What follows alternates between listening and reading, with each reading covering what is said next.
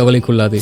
தேவைகளுக்காக கரமிந்தி துடிக்கும் ஒவ்வொரு மானுடனும் தன்னை அறியாமல் தன் தேவைகள் நீங்க அழைக்கும் அழைப்பிற்கு பதில் கொடுக்கும் இறைவன் உன்னோடு இருக்கும்போது கவலை கொள்ளாதே. நம்பிக்கை கொள்ள எவரும் இல்லாது நம்பிக்கை இழந்து வாழும் மனிதன் மீண்டும் நம்பிக்கை பெற அழைக்கும் அழைப்பிற்கு பதில் கொடுக்கும் இறைவன் உன்னோடு இருக்கும்போது என் நேசனே, உன் உள்ளம் உடைந்திருப்பதை அறிகிறேன். உன் கண்களின் கண்ணீரை பார்க்கிறேன். உன் தனிமை உன்னை வாட்டுவதை உணர்கிறேன். வழி பிறக்காதா என்று தவிக்கும் தவிப்பை அறிகின்றேன்.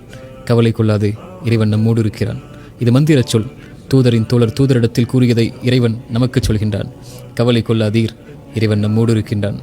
சிரமங்களா, வெளியேற முடியாத துன்பங்களா, குணப்படுத்த முடியாத நோயா, ஏமாற்றங்கள், துரோகங்களின் வழிகளா, உறவுகளின் பிரிவா, தனிமையின் தவிப்புகளா, மனிதர்களின் சிந்தனையால் வார்த்தைகளால் உள்ளம் உடைபட்டிருக்கிறதா?